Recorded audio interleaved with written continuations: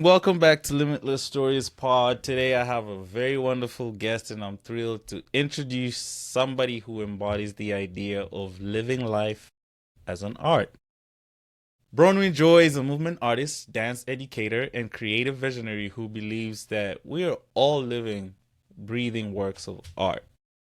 Living with autoimmune disorder and ADHD, Bronwyn embraces life as a constant evolution, a journey of learning and unlearning, of healing and storytelling. Through movement, she creates spaces for self discovery, joy, as in joy her name, and bold authenticity, whether in the studio, on stage, or in her personal life. Bronwyn's work is a powerful reminder that our stories matter and that sharing them can inspire others to approach their own lives with curiosity and compassion. Please help me welcome Bronwyn Joy to the show. And you know she dances, so we're gonna do one more dance for the. We used to turn up back in the day. Bronwyn, what's up? How you doing? How's it going? Thank you so much for having me. I'm very excited. I can't believe nothing awkward more than listening to people talk about you in that intro. But it's true. It's Hey, all true. listen. Sometimes you gotta hear somebody give you your flowers because you Yeah. deserve it. Yeah. You know. How have you been holding up? How's your day been today? My day's been good. I'm an artistic director for a dance company here in the city, and we're kind of in beast mode right now. So I'm currently building like 3 shows simultaneously. So we're in sprint mode right now, but very grateful to do what I love. So no complaints. Right. Right. Amazing to hear doing what you love. And I've known you for a while, so we're gonna take it back like just briefly. And before we started this episode, we were talking about how COVID reshaped a lot of the way we live and the way we think. I'm curious to know what about that period really made you tap into yourself and kind of like develop yourself as Bronwyn, the version that you are today. What about that period is special to you? Yeah, I mean, I think the pandemic was obviously super different for everybody depending on what was going on. But for me, just it kind of forced me to slow down and like cancel out all the noise with literally working in the arts. It was the first thing to go and the last thing to come back. So, because it isn't an entertainment category. So, and I just moved into my first apartment living alone, and we were ramping up to do our big show, and then like the world shut down like literally the day before. So it kind of forced me to look at my life, and I was somebody that was burning the candle on both ends. I never really sat still. Reflecting back now, it was very much I wasn't at peace with a lot of different versions of myself. I think as you grow up, you're kind of like, especially in that young age, like early 20s, you're kind of just collecting personalities or routines that other people do. You know, Right. like the first, like I've been in Vancouver since I was 18, so it was really like, and I'm from a really small town, so it was really just Mhm. like taking everything. And the pandemic forced me to slow down and be like, who am I actually without all that, without the subconscious like impression of other people around me. Also, I was like was a promoter, which was then an easy way to be like, but I'm partying for free, so it's All fine. right. That's how uh, we met. That's how we right, met in the right. club. In the club. Shout out to Caprice and Republic that are Shout still, out to them clubs for real. yeah. So that just, and then also like dancing, teaching is so much of what kind of makes me keep continuing to wake up the next day. So without all that gone, you're kind of just forced to do a lot of shadow work in that time and like realize that I was actually really numb and like disconnected to my inner child and to who I was raised to be. And it's kind of like the rose-colored glasses came off and you look at your life so far and you're like, oh, I'm not moving actually in alignment with who I am or who I want to be. And with nothing going on, it's a perfect time to just sit in your shit and be like, this ain't working. So Right, what are we right, gonna do now? And that was heavy, but it was good. I wouldn't change it, right. honestly. So during this time that you're trying to figure out yourself and kind of like take the mask off to kind of face Mhm. yourself for who you are there specific people or specific resources that you're tapping into as you navigate this time? Because remember, the world is shut down. Yeah. So how are you actually like taking a look at the mirror? Is this more of like a personal, from a personal standpoint, or you had outside sources that kind of helped you during this period? I've always been somebody that's really self-aware. So that's never been a hard, and almost to my detriment. Like I would so self-aware, I know where my behavior patterns are coming from, but I didn't have the tools to actually make adjustments. And it was kind of like the cop out of like, oh well, that's just who I am. That's my personality.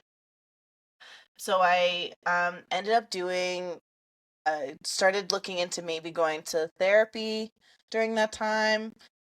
But I don't even know if I still have the book, but I randomly got given this book called Inward by Young Pablo, and he just puts up little stuff on Instagram.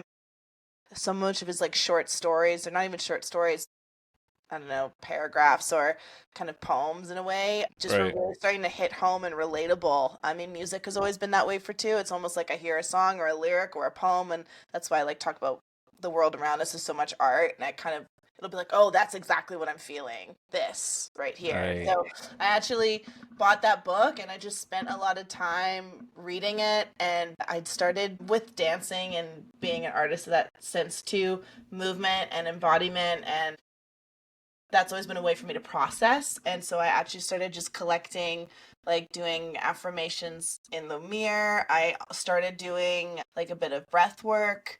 I also just stopped drinking, like cut off Hey, cheers to that.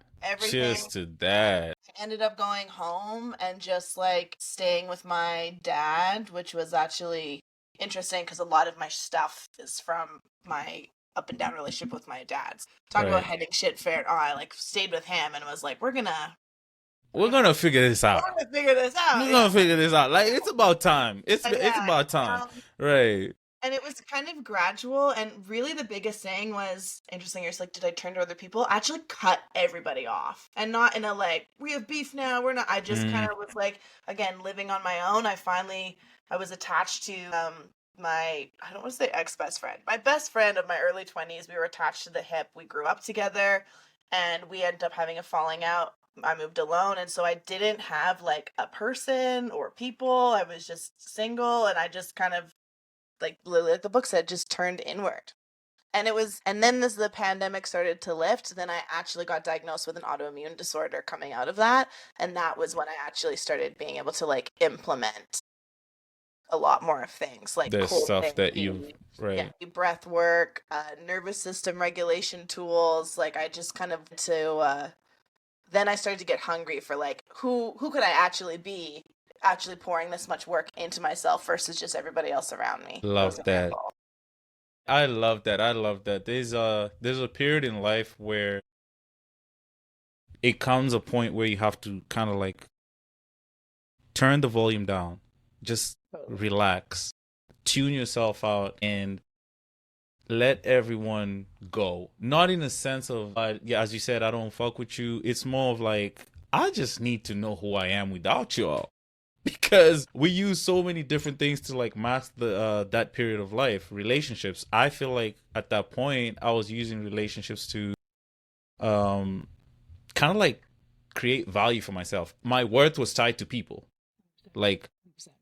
Me too. I don't feel good if someone is not next, because the other parts of my life are shit. They're Yeah. shit. So I have this group of people, this one person that I have to attach myself to.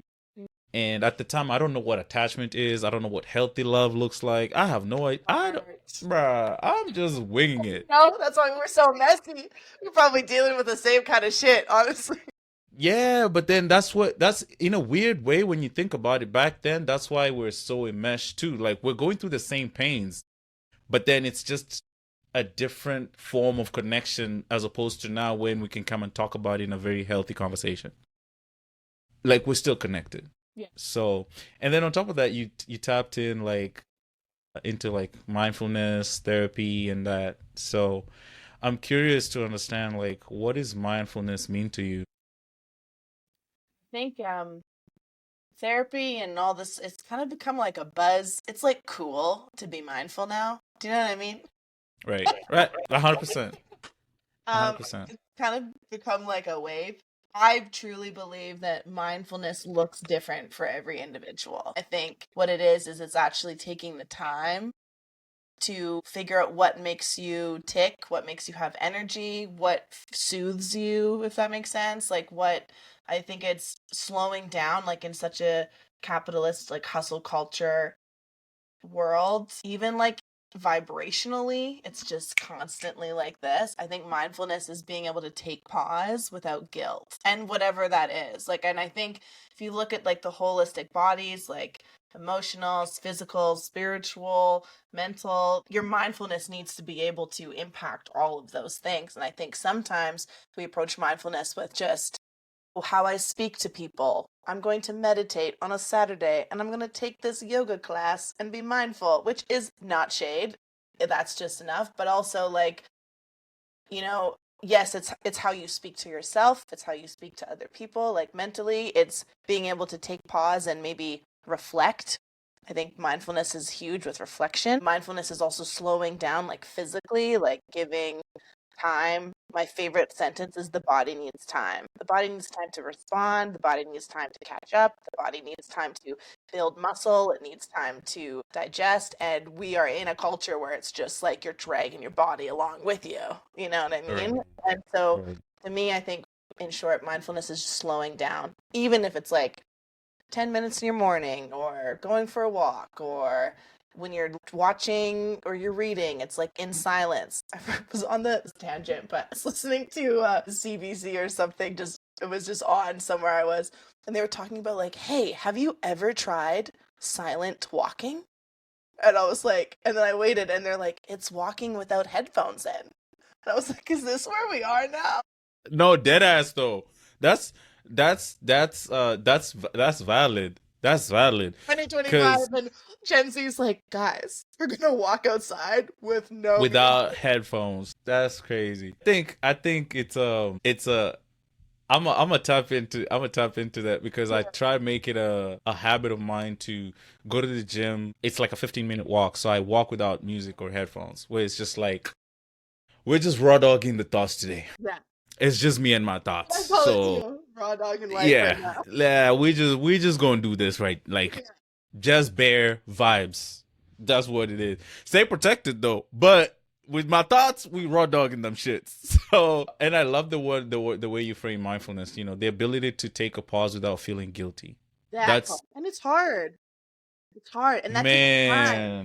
And I think this is the thing is mindfulness can be uncomfortable. And it's the same thing when we throw around the word like, oh, we need to make sure our nervous system is regulated. And regulation doesn't mean I never react or I never have high emotions. It just means that I'm able to move through those things easier.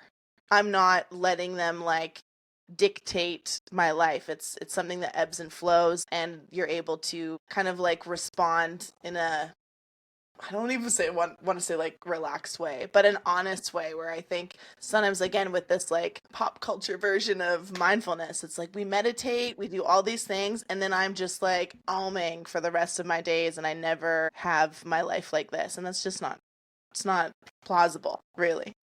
I totally concur to that because I think with mindfulness, it's not the oh I'm positive and I'm just kind of like Yeah, flowing with toxic what life. positivity. Yeah, it's like sometimes it's just the ability to observe Yeah. because awareness kind of brings a lot of attention, a lot of things to your attention, right? And just to go back to the COVID situation, you were started Mm, to be aware, and yes. that's the beginning of mindfulness, like being Yes. aware. So Yes. I think we can agree on that. And I also feel like the way your teaching style seems to like blend a little bit of artistry, a little bit of empathy, and also a little bit of understanding of the body. Yes. That makes me think of awareness, right? Yes. Which is a key tool of mindfulness. Yeah. And I'm just curious, like, was there a specific experience or like a student interaction that made you realize, teaching dance was your calling? And, you know, I actually asked the rest of our staff this question in our teaching training. I was like, why do you teach? And for me, dance has always been an integral part of my being. It's been the tool that has made me feel like I understand myself more. It's how I like re-meet myself over and over with all these versions. It's like the one constant that's always been there throughout that. Even though my relationship with dance and movement has changed as my body has changed and my capabilities and time and all that, but it's been that constant.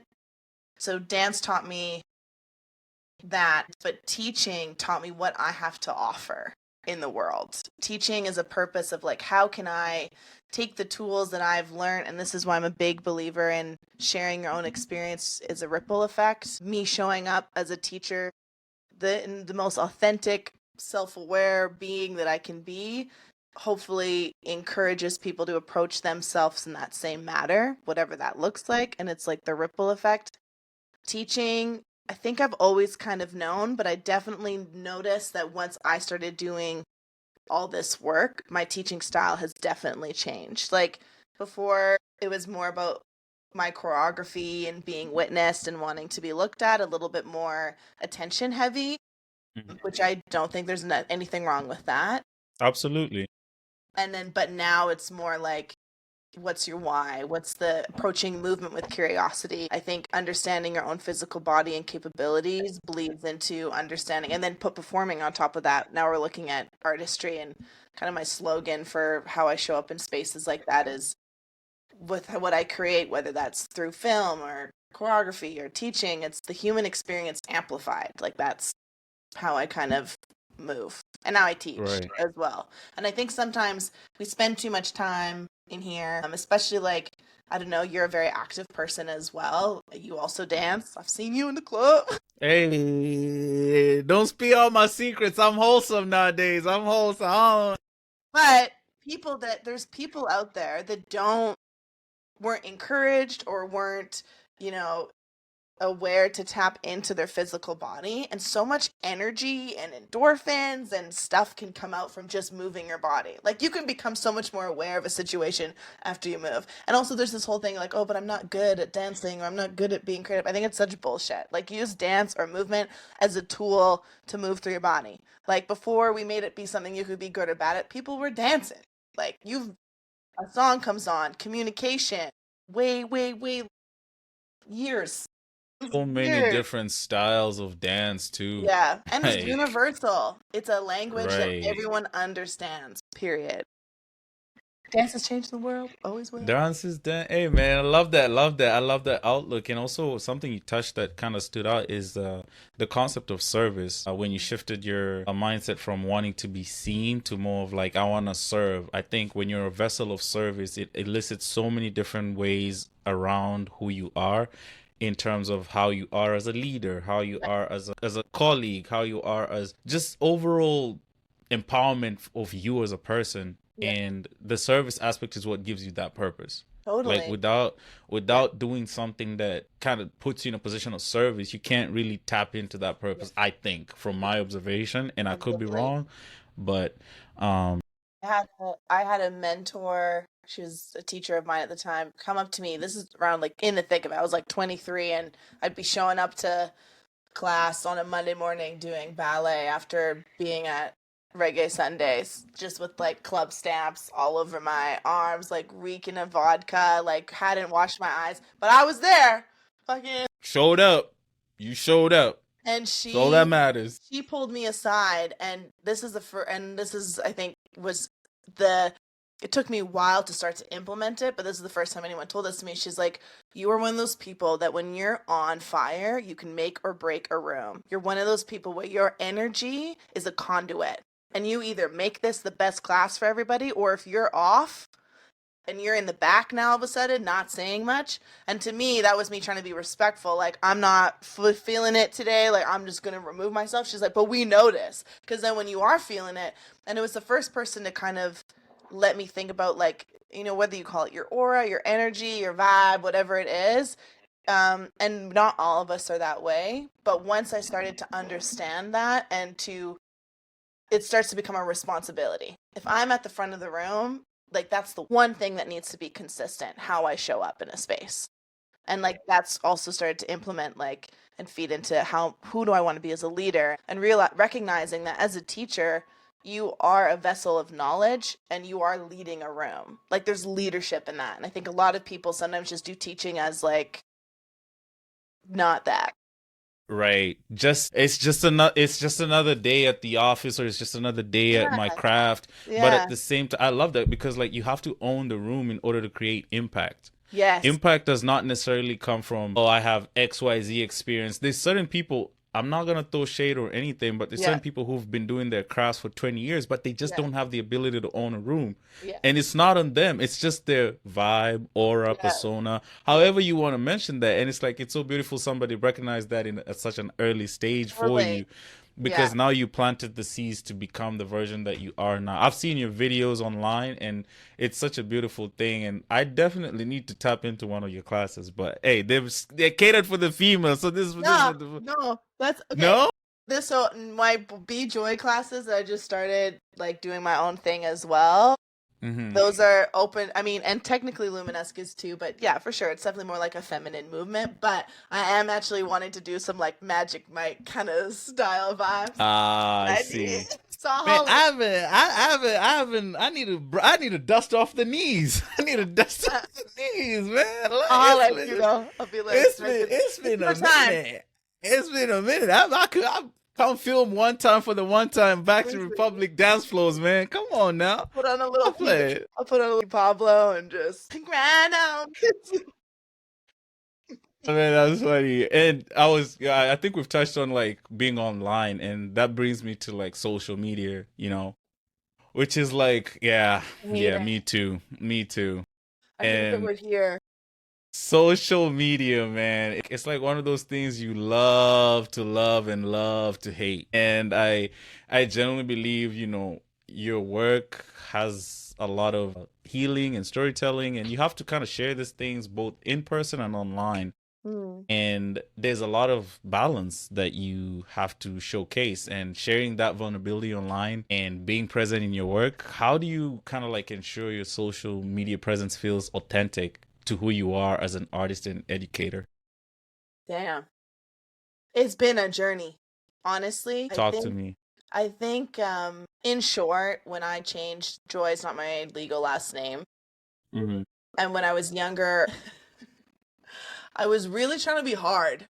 Like I really was trying to like be kind of low-key fuckboy energy and that's Mm-hmm. actually not who I Who you am. It are. was such a protective state, but also like that's how I was getting booked, and I always had dark lipstick, and I was just like very much like I All started. black.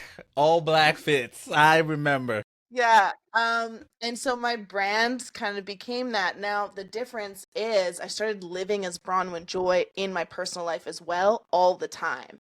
And so, then there was like the drugs and the partying and the people and then I was like teaching all the time, and because it started to become this expectation of who I was, and it started to kind of blur with what was true. And so the pandemic, when all that was removed, it was kind of like, who am I underneath? And then I had to also look at my social media. And again, like you were saying, where people got you that validation, I kind of had like this, I call it a ugly duckling syndrome. So when I grew, and What I'm does like, that mean?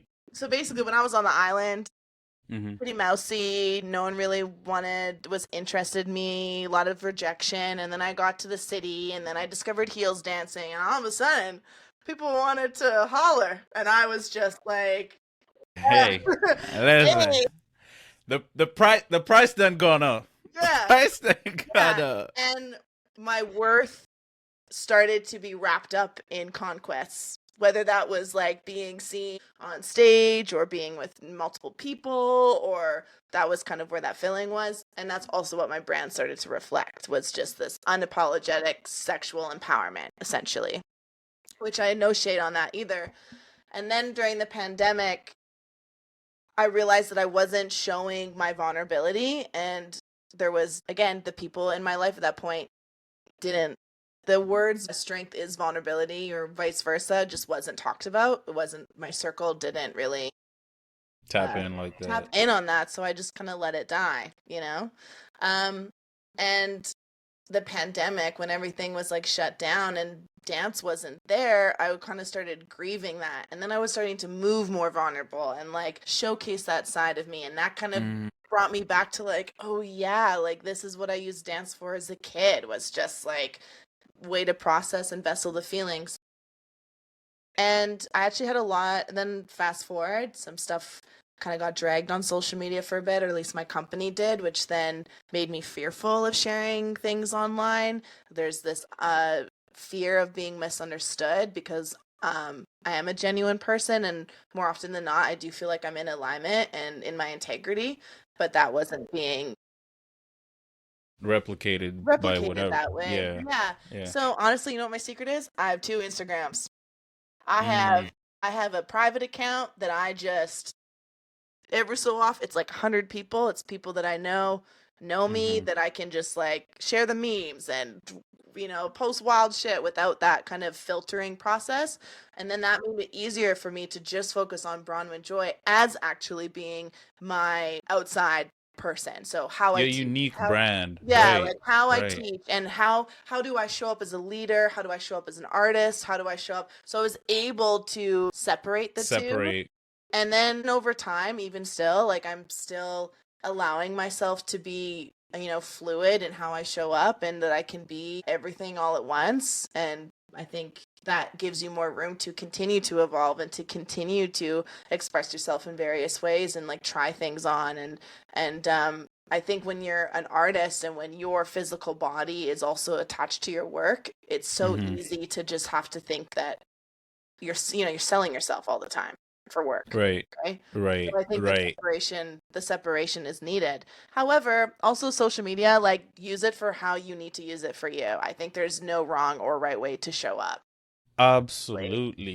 Absolutely. And I was about to kind of like t give a not a critique, but like a yeah. feedback in the sense that you can't really control the outcome. No, absolutely not. It's beyond your Logically, I know that. scope of Emotionally. control. You can't. Like you Yeah. literally can't.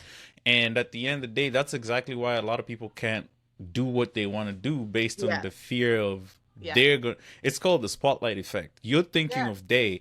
If Yeah. you actually outline who are they, like when you actually say, "Can I write down the names of they?" Yeah. There's nobody. And it's like, bro, you're just in your head. Yeah. It's literally all in your head. So you gotta be Yeah. okay with the outcome when it's like, but then again, I totally understand the division of the brand of who you are as you show up as an educator, creative dancer, and then the brand of what's your personal life. Because when you get home, you just want to turn off. Like Totally. Yeah. you want to turn off this metric driven society that you have to be on all the time. And maybe when you're off, your vibe is just, I just want to look at memes. Yeah. That's Yeah. it. Like I'm not really trying to do too Yeah. much right now. Yeah. And the duality of that has to be more accepted, I believe. For me, I would love to for you to kind of take a challenge to reconcile both worlds, but Yeah. it's not realistic. I Totally. mean, it's not realistic. And I think, and definitely I'm starting to share a bit more, personal stuff on my brand page, if you will. And I think though, as somebody that lived basically all of my 20s so in the public eye, I was like, and I sounds so stupid, but like mini famous because you're teaching like our company is like 300, 400 students per term. So that's people that already have this perception. Then you go outside. I was promoting all the time. So I was, I couldn't go anywhere without somebody being like, "Oh my God, hey." And I can't imagine how real celebrities feel. I used to always think I'd want to be famous, but I would die. I like absolutely could not handle it. But giving myself permission to protect certain parts of my life, to feel Right. like I have control on I like to almost think of my relationships like a solar system when you get the old school map with all like the rings and I'm like Right. the person in the middle. There's certain people that are very genuine in my life, but they're out here. And then as we get closer, as you kind of cross over the rings, you get to Mm, experience more of my personal life. And that's mm, comfortability on my end and comfortability on their end.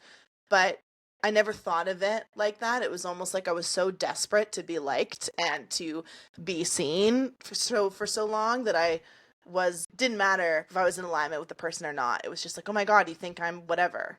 And so right. again, this was a lot of the unpacking during the The pandemic. unprocessed trauma, the Yeah, unprocessed yeah, pain. yeah. Yes, it's like how do Inner you child expect, work man? till you How do die. you expect to be seen when you can't even see yourself?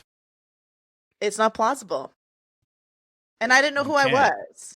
I was You like trying can't. like I was trying to fit into this Bronwyn Joy persona and be liked, but then also like it just like no wonder I was Yeah, outside all the time. man. Shout out to outside though. Outside made you. Shout out to outside because like at the time that was the only social dynamic that we could relate to. You Yes, know, yes, like at that time it served yeah. its purpose. So it's And like, I didn't have to talk to anybody.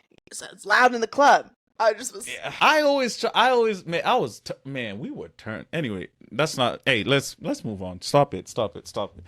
So I would say dancing is, it's a physically demanding type of art, and I think with just the challenges that you faced health wise, you've Mm. also probably faced like unique challenges with injuries or just physical limitations. Do you mind sharing a moment when you kind of had to navigate a particular injury or a setback, and No problem. how did that experience shape your understanding of resilience? Because I know your journey also has Yeah, a lot of resiliency in it, yeah. and yeah, how do you kind of like encompass that to guide others in their own healing journey? So I got diagnosed with psoriatic arthritis. So the world opened up and my knee blew up. Like, so I was fine all through the pandemic. And then we were starting to get back to work. And then randomly my left knee just like swolled up. Looked like I had like, it was just, and it felt like, and like no, I'd been inside. I wasn't doing anything. It just one day just was swelling. And I lost, and I was undiagnosed. I was in August and I didn't get a diagnosis till November. So August, September, all that time, it was just like MRIs, X-rays, like nothing was showing up, no meniscus tear, nothing. And meanwhile, I'm not dancing. So not dancing, I'm not teaching because I can't. I Yeah. lost mobility. I couldn't bend my leg. I was walking around like Terry Fox without the. Damn, that's you fall for that one. I ain't gonna Anyway, kiki with you on that one. I'm not kiki with you on that anyway, one. should have left it on my personal IG page. Yeah. Oh, Anyway, so yeah, so that was you terrifying. trying to get me canceled? That's what you trying to do. But hey, I digress. Sorry, my bad. Yeah, so when you have a livelihood, when you have that thing, and as I was saying, dance is my constant, all of a sudden that's not access, and I don't know if that's going to change. So I got diagnosed. I had a really shitty rheumatologist at the start, didn't see me in person. Western medicine was just trying to, like, give me a bunch of pills and kind of not listen, and was feeling really discouraged. I started to do my own research on what psoriatic arthritis is, and all the videos online are really depressing and just people not being able to move and losing mobility. So there's just a lot of fear in that. And I still kind of get emotional talking about it because it was just such a shock. Just It's a tough all of a time. sudden I was That's a done. tough time. Yeah, like, Yeah. and so I really took moments into my own hands because I was like, and I don't have a backup. I didn't go to school. I've always known this is my field, this is my purpose. I'm somewhere in Man, here. that is, So it's yeah. not like, and now I also got diagnosed with ADHD around the same time, which was like getting a blueprint to my actual brain, which was incredible. And that started to really positively impact my healing journey and holding myself accountable and understanding what makes me tick and why I handle rejection so badly and XYZ. Anyway, so I randomly just started like, I don't know, universe, whatever. I randomly found this video. It's like 4 a.m. I couldn't sleep because my body was in pain. And I randomly see this video of this guy talking about how he has an autoimmune disorder and he started doing cold plunging and Wim Hof. His name's Dave Gu. He's incredible. And it just so happened he was holding a workshop at his house. So I went to this random workshop down the street by my house and he introduced like breath work and cold plunge and a bit more of how much your nervous system is attached into the autoimmune disorder. Mm, And meeting somebody, he was also very passionate about being active. And so finding somebody like that was able to talk to me about, and the doctors are telling me, like, you can't move anymore. You just need to, like, basically waste away. And so he taught me kind of to do strength training and rebuilding. And I don't know, chicken and the egg, what came first. But once I started to stop thinking of myself as sick, um, I started to see positive impacts in my body pouring energy into my body. I would like talk to my knee, which I know sounds crazy. I was like literally trying everything under the sun, just trying to, make things work, changed my diet. I also did hypnotherapy, which I will honestly would love to talk about as well. Hey, go for Yeah, it, so because that's the pathway to the yeah, recovery process. yeah. So I don't, and I couldn't sit here and be like, I did X, Y, and Z, and then my knee is better because I'm back with vengeance. I'm dancing full time again. I go to the Love gym. that. I Love got that. biceps now. Flex on them. Flex on them. Yeah. Yeah. I'm just playing. But I'm crazy. I lost so much weight, so much muscle because I was just like a fetal little person and like so sad. Just so sad. Once I started taking matters into my own hands, and again, I really do think it's important. I'm not discrediting anybody with chronic illnesses, mentally, physically, or whatever, but I do strongly believe that we don't understand fully how much the power of our mind and how we talk about ourselves and to ourselves in a physical matter impact our health. Like, as soon as I was told that I have a chronic illness and there's no tank, like, was Right. so much worse. And looking at the symptoms, I'd actually been dealing with the chronic illness for 3 years prior and just not clocked it. As a dancer, you're kind of always in Mm. pain. And so as soon as someone told me you're sick, boom, everything got worse. Everything There's, crashed. Yeah. yeah, so I think there's some power in that. Anyway, I did hypnotherapy, which actually turned out to be um, a better form of therapy for me in general for everything. I think sometimes talk therapy, as somebody who is really self-aware and how I'm like hijacking this whole podcast, I talk a lot because that's how I process things out loud. Mm-hmm. And so Yeah, it's important. I could go into a therapy session and I could tell this person all the things that I'm struggling with, and I could almost like manipulate the session or like how I was going to respond, or I knew all the things to say, or I could paint myself a certain way. And it's, a gift and a curse to be able to do that. I use it for good and bad. There's balance, Yeah, but you ever had a therapist tell you you could do my job? yeah, for real. And I'm like, so why am I paying you? Yes, facts. And what is this 55 minutes? Like you can't just give me an Like, hour? Yeah. So anyways. and it got to the point where I was doing like bi-weekly sessions for a bit, and I was like over analyzing as someone who has a brain that kind of automatically does this already. I was over analyzing everything in my personality, like my This behavior. is the talk therapy. Yes, yeah, the talk therapy. Okay. So it was just too much. Anyway, this hypnotherapy is really interesting because and you hear hypnotherapy and you're like, you're sleepy. Yeah, yeah. But it's actually interesting, kind of similar. It's like a bit of a meditative state that you get dropped into just with some breathing patterns, and you close your eyes. And if you pick a topic that you're wanting to work through or a challenge, and then he basically just said, I want you to drop into the first time you ever felt this as a child. First thought, best thought. So you just go there. And it's probably not something, because it's timed almost like he does this kind of rhythmic snap. And sometimes it's not even what I thought it was, but your body and your brain remember. And so then you go into that process. Then he does that when you're like a young adult, teenager, and then you go like most current time that showed up. And then you actually go and you kind of talk to him, process through that situation. And he asking questions like, how did you feel in that moment? How did you respond? And you're just kind of, and he does it like 1, 2, 3, go. And you just start. So you kind of remove that conscious part of your brain that analyzes the correct or thing that you've been telling Incorrect. But yourself. what's the Yeah. quick question? I don't know if you're Mm-hmm. familiar with somatic therapy. Mm-hmm. What's the difference? It's like a cousin.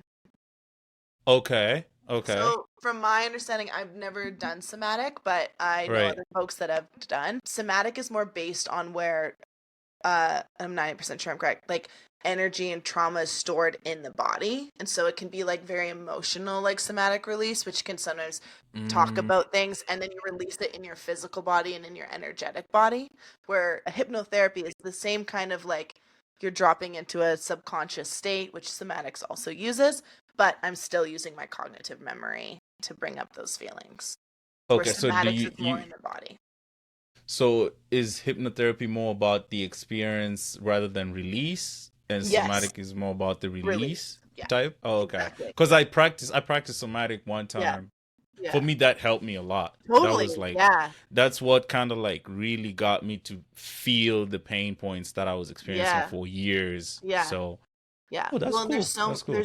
there's so much burying that happens either like mentally or physically in the body, and I feel like somatics, and I do kind of think like as a dancer, like not intentionally do somatics all the time. There's moments where we'll be like in something and I'll move a certain way and I'll think about something and then I'm just like sobbing on the floor all of a sudden because it's just releasing something, or Oh, you right, know, like, right, so right. there's a lot of that kind of happens for me naturally. And this could like be a whole other podcast about like there's like a Yeah.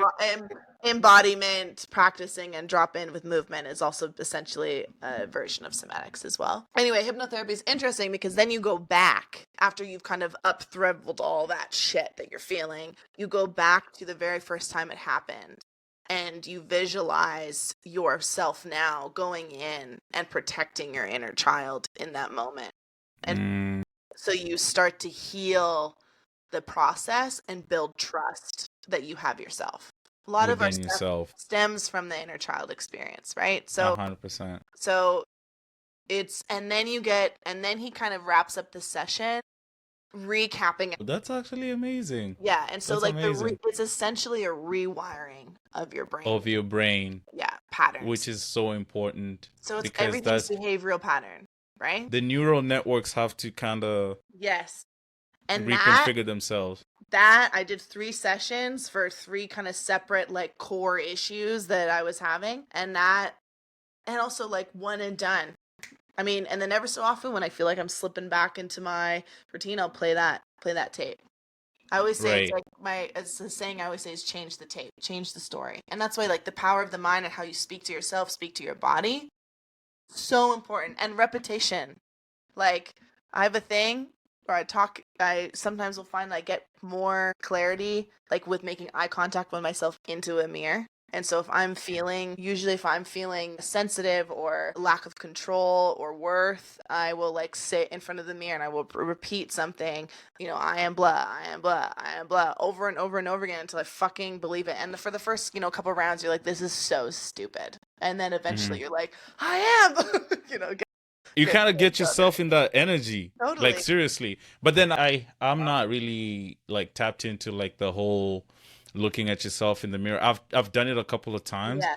but it gets kind of scary because I'm like, okay, bro, like I ain't really feeling like that. But from what I'm learning from you is you just gotta kind of like go in until you kind of get it in your Yeah. psyche that this is what Yeah. I'm trying to do. Have you ever tried doing it? Like, do you do any like breath work, like long breath work that gets you into a certain, like Absolutely. there's like the breathing obviously to help with like anxiety and stuff. There's a breath, I can't remember what it's called, but you breathe like, so it's like chest, mouth, not Yeah, yeah. hyperventilating, but It's it's like I can't remember the name, but it's like yeah. like There's over and different tech over and over over, again. and shit Yeah, gets crazy. Like the stuff yeah. when I've done that, but if you do a cycle or a version, it can be Wim Hof breath where you get to that point where the buzzing happens in your body or whatever.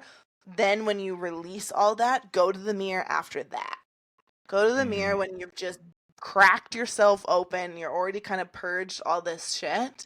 And even if you're not saying anything, just look at yourself in the eye after that and just be Right. there. Like sometimes I think that's healed a lot of my, and not healed, healing, like craving of intimacy and connection, and being able to Hmm. sit there with me and get that from myself so that when I do decide to have a romantic partner, it's something that I want, not need. But a lot of the Hmm. time we crave to be seen, we crave to be understood, we crave to be held and seen on like a soul level, and that being there with yourself in that moment can be really vulnerable but really fucking powerful.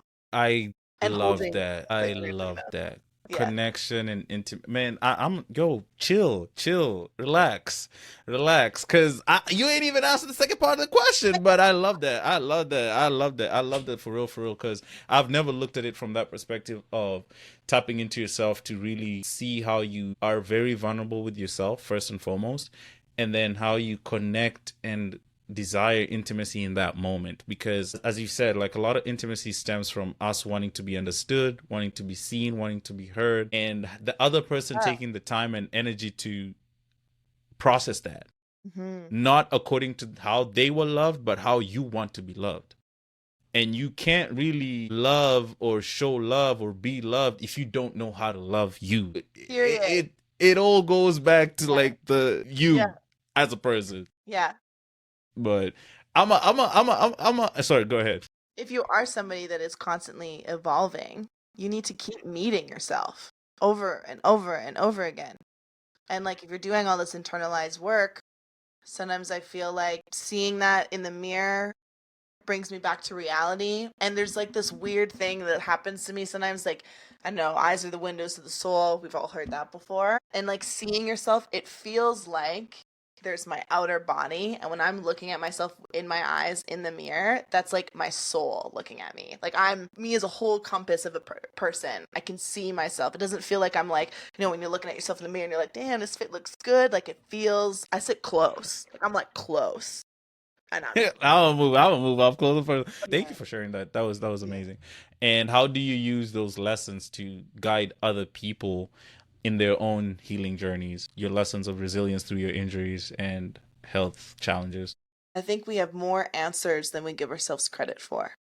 I think with the internet, and there's so much information in general and opinions out there being thrown at you all the time. And it kind of taps into like my first thing is I'm not discrediting, like, do search for answers, do read books and podcasts and talk to doctors. And I'm just saying once you get to a place where you can feel what you need intuitively, and the body needs time. So like resilience can look different for everybody. And I think there's no right or wrong way to show up for yourself. Resilience is just not giving up on your own ability.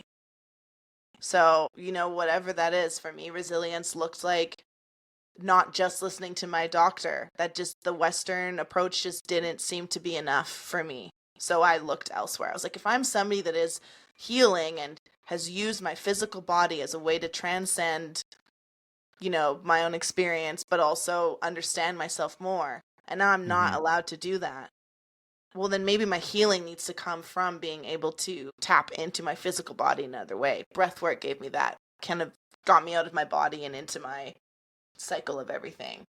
Right. Small moments of, the doctors told me to stop moving and I did the opposite. I was like, well, I'm actually going to keep moving mindfully. I started doing workouts like in a chair, started to do yoga, I started to eat better. I started to calm my nervous system and heal my nervous system first. And like did all of that. And then, and then I also was put on medication as well. So again, who knows what was a combination. And I love the resiliency aspect of finding alternatives when there seems to be no way. Yeah. I think a huge part of resiliency is understanding that, yes, the situation is dire and it requires attention and immediate attention. Yeah. But how can I navigate this outside my comfort zone? Yes. Some things that are accustomed to, like, okay, the traditional way of medicine, okay, that's not working. What else can I do?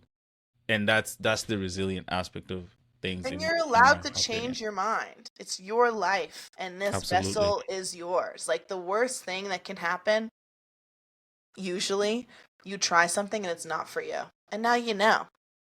But I think it's a data point. and I think resilience also builds trust with yourself, and so trusting yourself to be able to make those choices, to be able to check in, to be able to see and feel what you maybe need.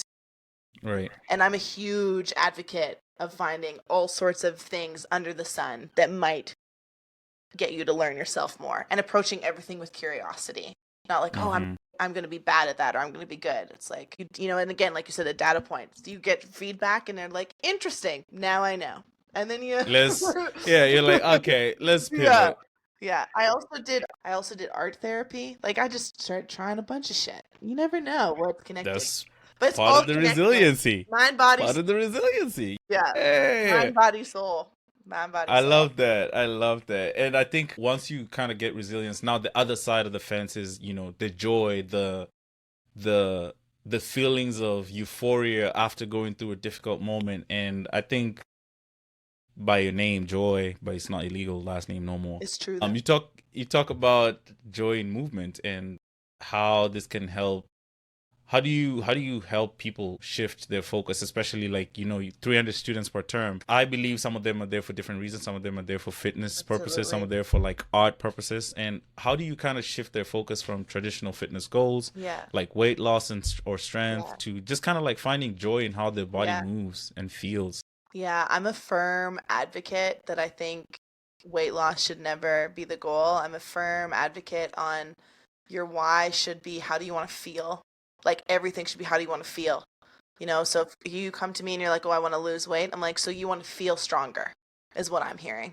I don't want to, Love that. I don't need to, you should not, I mean, I don't like to also say you should. Everyone's to each their own, but if you step into my room, diet culture, all that shit has no place there. I want you to feel strong. I want you to feel capable. I want you to feel, and those are all things Connected. connected. I want you to feel, resilient. I want you to feel liberated. And I think your day-to-day life, you're already getting fed so much information of you can do this is what's good, this is what's cool, this is what's not.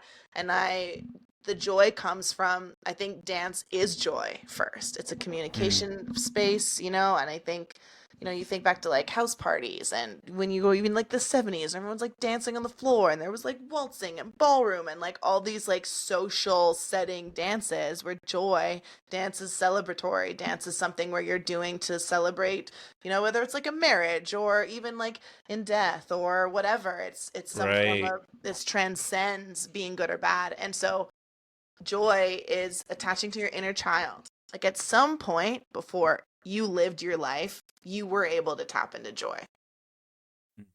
Most people, 100%. circumstantial, but, and so it's just bringing back to that, getting out of your head and into your body. Right. And at the end of the day, joy is going to also look differently for everybody. And so For everybody. it's less about me. It's, are you feeling joy right now in this moment? Yay or nay? Okay, no, why not? Let's talk about it. Ask Let's me those tap in. questions, right? Right, right. Yeah, Double clicking to those uncomfortable yeah, environments and situations that yeah. kind of I'm a make you not big, feel that joy. exactly. And ask why. Like, Hmm. why aren't you feeling joy right now? Oh, I don't know. I think, okay, from there versus like, oh, I don't. And then that's just the end of the And then that's conversation, it. Yeah. you know? And I think you mentioned something about like, changing your diet and getting into like a little bit more of like a fitness routine. Mm. And I'm pretty sure like your performances do require a lot of physical stamina and strength. I'm not going to sit there Just and be like, you can just do it. Come on in. yeah, just kind of like looking from the outside looking in. I'm Yeah, like, okay, that looks hard. Like it's yeah, not easy. And yeah. physical fitness is different from like movement fitness. That's what I always tell Absolutely. people. Yeah. Are there any like specific fitness routines or recovery practices that you've kind of relied on to stay performance ready, even on Yeah. days that your body feels like less than Yeah. 100%? How do you still show up? That's a great question. I want to get more consistent with it. I mean, everyone says that. I mean, I'm huge on injury prevention. So I actually like approach everything that I do with building strength and alignment and then mobility and injury prevention. So like I'm not, and as someone that, so much of our culture is like, how do you look? I just really try and focus on like, how do I feel? And so sometimes we think we need to do so much to maintain or get to a certain point. And for me, it's maintenance. So, like, when I am dancing and I am using flexibility and mobility, and there's a lot of moving pieces, and there's not a lot of like static alignment, like repetition training that goes into dance. So, when I'm not dancing, then I'm doing like weight training. So I will, Mm, it's building muscles, focusing on alignment, but it's maintenance. I think one thing I've learned with this autoimmune too is like listening to my body. And even on the days there's a lot of the like, oh, I don't feel like going, so I'm not going to go. You still go, but maybe that it's like also that visualization where like showing up every day is like not looks different. necessarily, yeah, it looks different, and being like tender with yourself. Like I think, oh, asking your questions of like, what's your goal at the end of the day?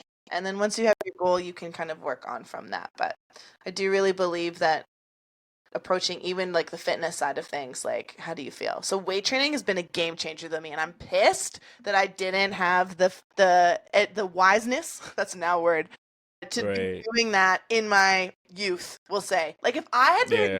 if weight training was talked about as being a dancer and like cross training when I was like 19, I would be a fucking machine right now. So Right. like I Right. only just started cross training when I had all my autoimmune stuff. But before I had that, maybe, and then you start, woulda, shoulda, coulda. But so I think cross training and building the strength and alignment so I'm able to do all the crazy stuff out of alignment and mobility and stuff. That's been a huge changer. And then also cryotherapy or cold exposure, which is kind of again like a hype thing that's happening now. But cryotherapy has been a huge. There's a place on Richards and Davie downtown. Shameless Right. plug. But that's All been a right. game We love changer. it. So like if you pull a hamstring and I have a show in 3 days, I'll go to cryotherapy like once every day and I'll be able to do the show. It's like Oh, damn. cuts out your healing process so much faster and also recovery time. So if I'm like really sore from or I have 3 shows in a weekend, I'll go Saturday morning, do the filmed run, come back, cryo, go again. Get good. Do it again. Yeah, Yeah. that's been a game changer. And then also like knowing your age.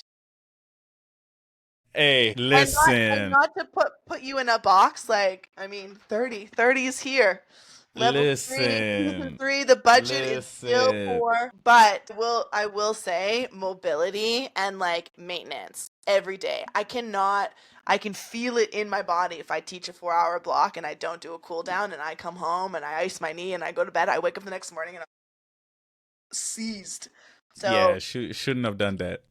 yeah, Shouldn't have done that. and Yeah. I've noticed that as I get older too, what I need in a warm up is different as well. And so I think it Right. comes back to awareness. Like, Do you stretch like yeah, when you do your cool downs? yeah. So Yeah, stretching when I do my cool downs and also like not passive stretching. Like I think Right. my challenging thing is going to the gym and watching people cool down or warm up and I have to just stay in my lane. Listen, It's like a as you lot of the said, like, to each their own. you To each know, their own. And the yeah. flexibility varies, right? Like Totally. I'm not saying gotta touch your toes, but at least get in there. get in there, stretch them little muscles. Yeah. I feel like exposure to fitness is such a key thing. And looking back, that was my way out. Like Yeah. even from way back, like I was tapped in. I was super tapped in, and that's kind of what took me away from like the lifestyle that we were Shenanigans. trying to live. And yeah, and I was just like, let me tap into something more healthy, Yeah. something more, and like it shows now. Like putting 10 years of work, it's like, oh shit, okay, I see why this is something I enjoy doing. And I never thought I would be a gym girly, but Welcome, I you're here. actually really enjoy doing something that is satisfying and feeling strong that has no emotional connection. Whether Hmm. like dance is always mental, physical, and spiritual, essentially, when you're doing it. Right, And so right. to go to the gym and just bump music and literally just be like, hey, you know, What do it's we do with what do we do with our feelings? We put them in our muscles. yeah, like it's so meditative and I really really enjoy it and I don't know if I again, it's all timing. Like I'm in a place where I can receive that information and use it to my advantage where Absolutely. I don't think and I'm similar to you like my gym is 150 meters from my house. I've no excuse to not go. Right.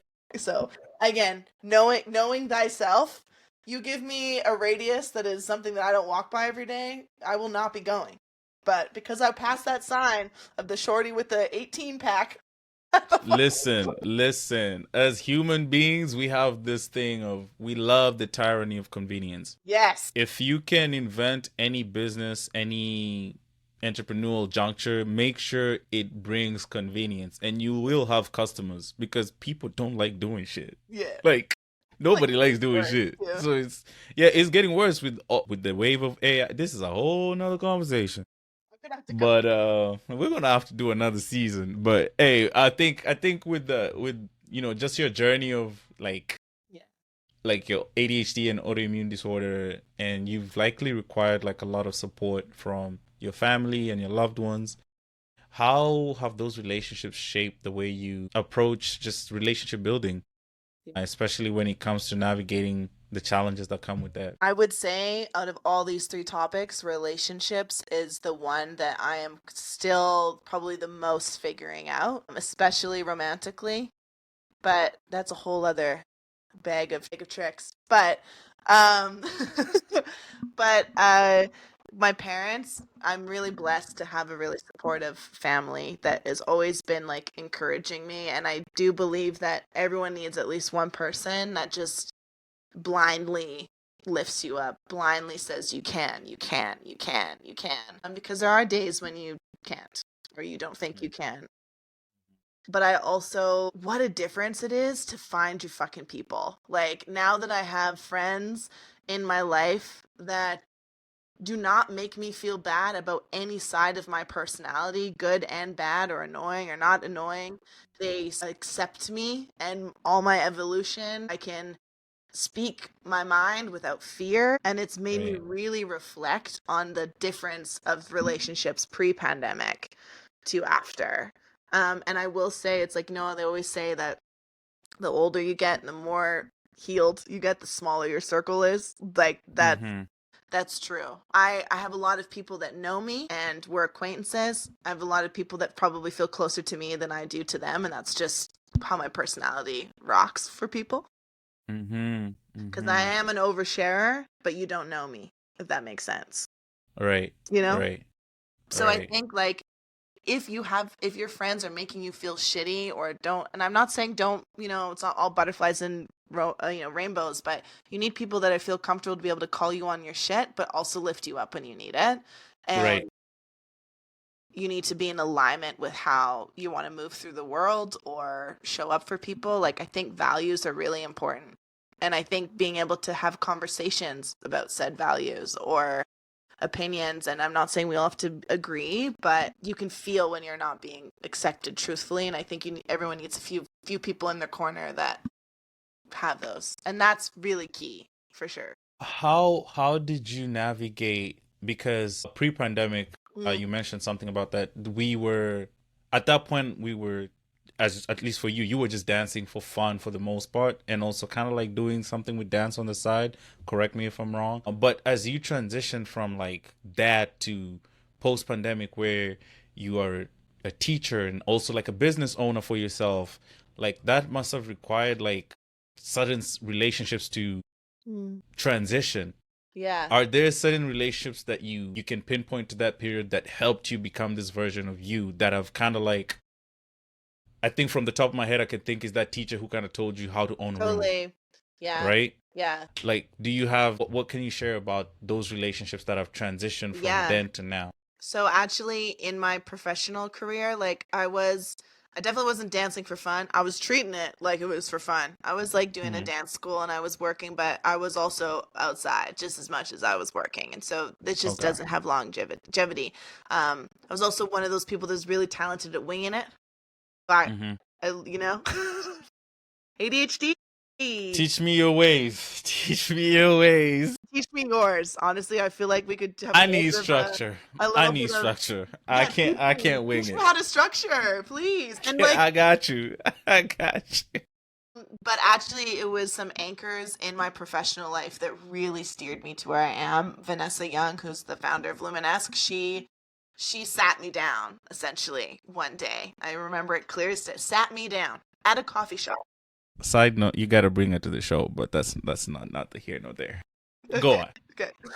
okay. Sat me down across in a coffee shop across the way from my apartment at the time, and she was like, "Everyone's telling me to fire you." Because I was fucked up from the night before and I missed the whole sold out workshop. I just like, my phone died. People thought I'd OD'd, like, huge thing. And she sat me down across and she's like, but I don't think I should. And this is your kind call out. You're at a crossroads right now. Who do you want to be? My dad is 5 years sober, but he also struggles with addiction. So she kind of was like, you got to fix the similarities that are happening, or at least look in the mirror. She offered to go to a few meetings with me. And I wasn't in addiction at that point, but slippery slope, you know? Borderline, Yeah, borderline. yeah. And so, Loki, we were there. yeah. Trust.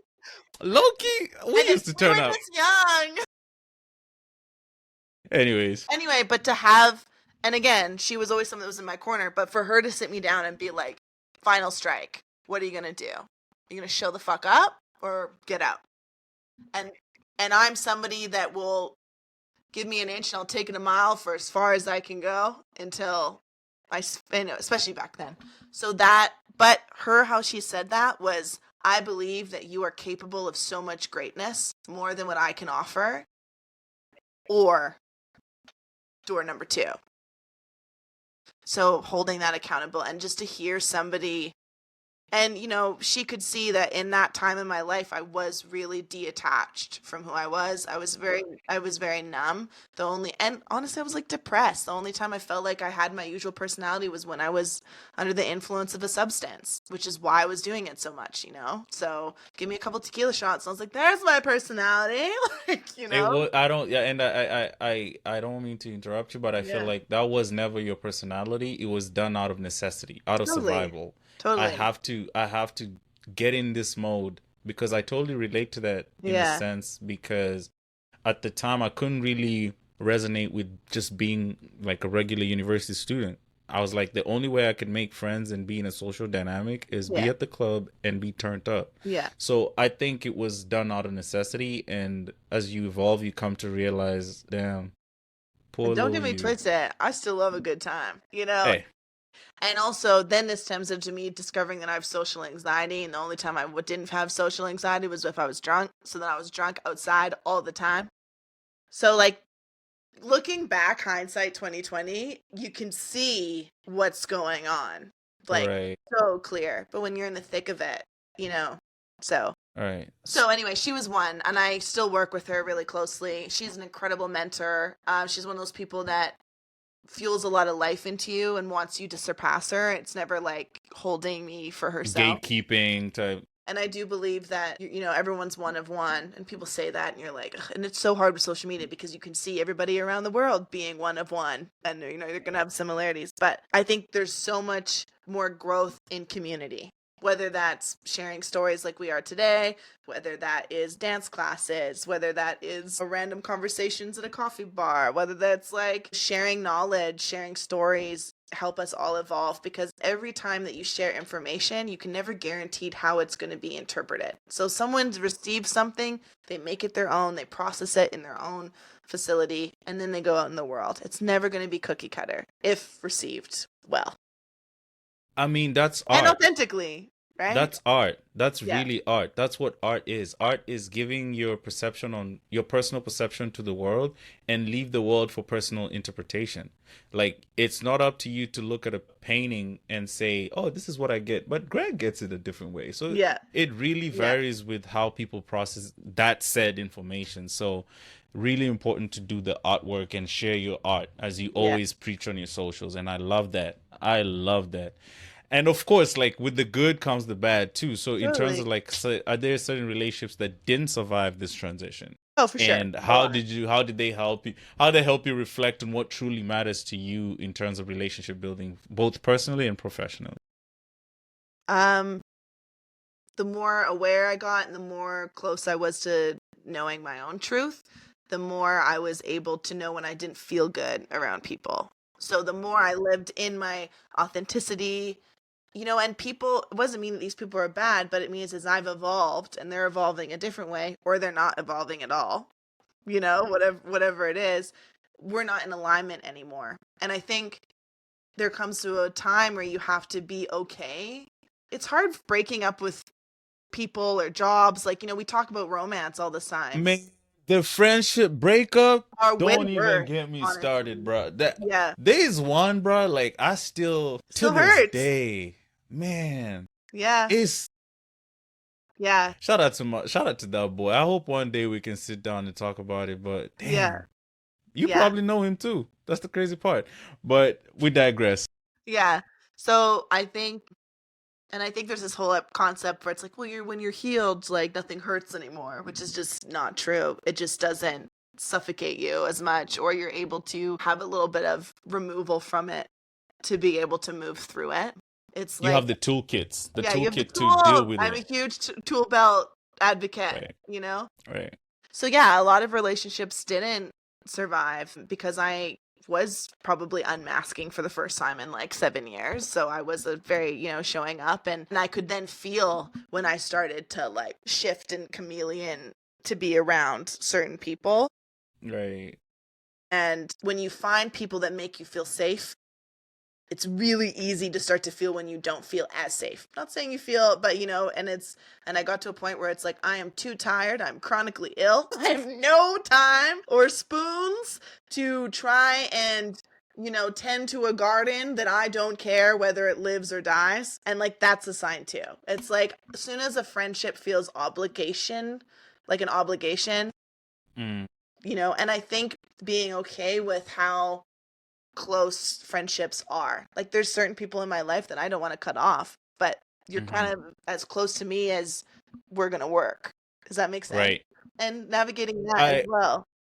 I was actually having this conversation last night with a Yeah. friend of mine, and what she said was really impactful because I was telling her, I'm happy for you, you found a community of people, because I'm still kind of navigating through that Yeah. because a lot of my friends ended up moving away from Yeah. the city, the ones Yeah. that I grew close with. Yeah, totally. And she said something that stuck because she said, like, just because we're not in alignment in terms of how we're living or our core personas as we are currently, Mm-hmm. does not necessarily mean that I can't sit and have a coffee with you.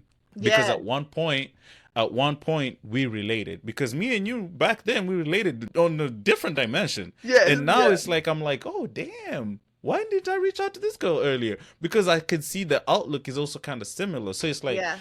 you don't necessarily have to cut people off completely, because we also live in a society that glorifies individualism a lot, where it's like, oh, you have to be alone and yada yada yada. No, Yeah. you don't. No.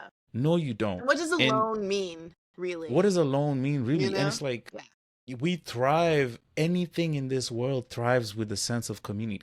Anything. I don't care what nobody Having says. community, especially in this days, is like a political fucking statement. Like Bruh. you wanna rock the boat and make it hard for people to change. Build community. Build community so fucking strong that no matter Hmm. what, tap into like the government or whatever is coming at you. You have, You have community.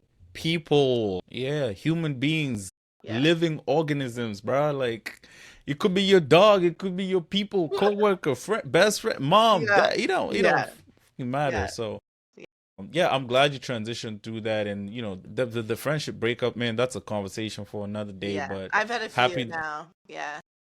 happy that you've kind of got to a point where you have your people, because Yeah. that's important. And That's I'm really still important. like navigating being able to have those hard conversations of I'm not feeling this anymore. And I still would like to get better at that, of being more direct, I think, Mm, sooner, in like romantically and even professionally sometimes too. Professionally is a whole other can of worms. Oh my God. Professional is like, my biggest thing is like, are you in alignment value wise with the company or whatever that you are working for? Because I do mm-hmm. believe, especially in the political climate that we're in, I do really believe that it's kind of like, but I also encourage conversation, I think. And then, oh my God, then there's cancel concert. I have so many things that I have opinions about, but Let's come back. yeah. Let's Yeah. come back. Let's But come I back. think I think professional, it's obviously different. You're only they only know a very small window of who you are as an individual. But if you're in alignment with what you want to offer professionally,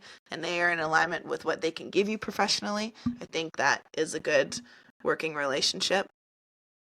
But I've been blessed. I've been with the same company for a really long time, and I'm kind of at the top of the food chain now. So that's kind of also full circle. Congrats. Thank you. Yeah, paid my dues, and I'm so glad she Yeah. didn't fire me. Life is crazy like that. Life is crazy like that. Full Yeah. circle moments like that make you realize growth is not linear, and Yeah, growth comes that in part. so many different dimensions. Yeah, You have to understand and embrace when it comes to you, yeah, because that wake up call was what you needed at the time, and totally. that was like your key igniter Yeah, for growth, you yeah, know? And I'm glad you took it with both hands, and now you're here. yeah, It sounds like a fairy tale, but it is what it is. That's yeah, exactly what happened. yeah. And life's still Yeah. hard. I'm not gonna sit here and like be preachy and be all like, nah, it's still hard, and I'm, having to continuously show up for yourself in this like grand, like I'm gonna do it all in mindfulness. It's like it's gonna ebb and flow, and being gentle with yourself, I think shaming yourself or talking negatively is like actually the biggest downfall of growth. Right. And You so I think, gotta give yourself grace. yeah, grace, tenderness, I say grace and Yeah. tenderness. Tenderness and And I grace. always You say have to. one foot in desire and the other one in gratitude. Like Mm, always keep pushing, but always be taking pause, being mindful enough to reflect where you are and how far you've come, mm-hmm. for sure. Okay. That's amazing. I'm gonna do a quick rapid question right now. If you were to dance with anybody in this world, who would it be? Oh, that's a terrible question. We gotta put you on the uncomfortable situations. I It could mean, be a role model, it could be a colleague, it could be anybody. if I could dance, I mean, that's such a loaded question because there's so many people that I want to learn from. But as far as dancing would be, I would love, I mean, he's dead now, but I would have loved to be like one of Prince's dancers. There's so Okay. many, her name was Kat, and it's like burned into my memory. She literally just like claws on a chain link fence for one of on one of his shows. I would love that. But Oh, nice. there's a lot of artists. And lots of especially with social media, you can see so much other choreography and artists like all over the world, especially like heels is just like blown up in the last couple of years. Right. So that's hard. That's a hard question. I want to circle back. We'll come back. We'll come back. We'll bring you back. We'll bring you Yeah. back because we love the growth. When you look back at your journey, your 20s, your life, your overall growth, when you think about it, it kind of all boils down to what in your own words? Surrender is like the word that's coming to me right now. And I Mm-hmm. think surrender and ebb and flow. Like I think surrender comes to mind because every time that you're trying to like bulldoze your way through or hurry the process, or there's this feeling of desperation, my life's gotten so much harder. And every time I've been able to turn inward and surrender to the environment, surrender to what's happening to me right now, and approaching it with curiosity, I've come out the other side. So with surrendering, then nothing's precious, then things come and go as they should, and we just keep one foot in front of the other. One step at a time. Hmm. I totally love that. The art of letting go in a very mindful way. Yeah. You're not really trying to control because outcomes are just ideas that we have in our heads. Yeah. So at the end of the day, you can't really there's a lot you can't control. And once you understand that for the people who believe in like the religious views, for the people who believe in the mindfulness, the people who believe in so many different ways, they're all forms of surrender. And you come to understand that a lot of things, even romantic relationships, work best when you go there to give and surrender. Like you're 100%. just, I'm here for you as me. I don't want to gain anything from you. I'm literally surrendering myself to you. Essentially, that's how I would envision marriage is. I don't Yeah. know. I'm not married, but that's what I'm Like trying. anything you want to share? Not today. Not today. Yeah, I'm super grateful for you, but I just want to make sure, like, for the people who might come across this pod, how can they find you on socials? Yeah.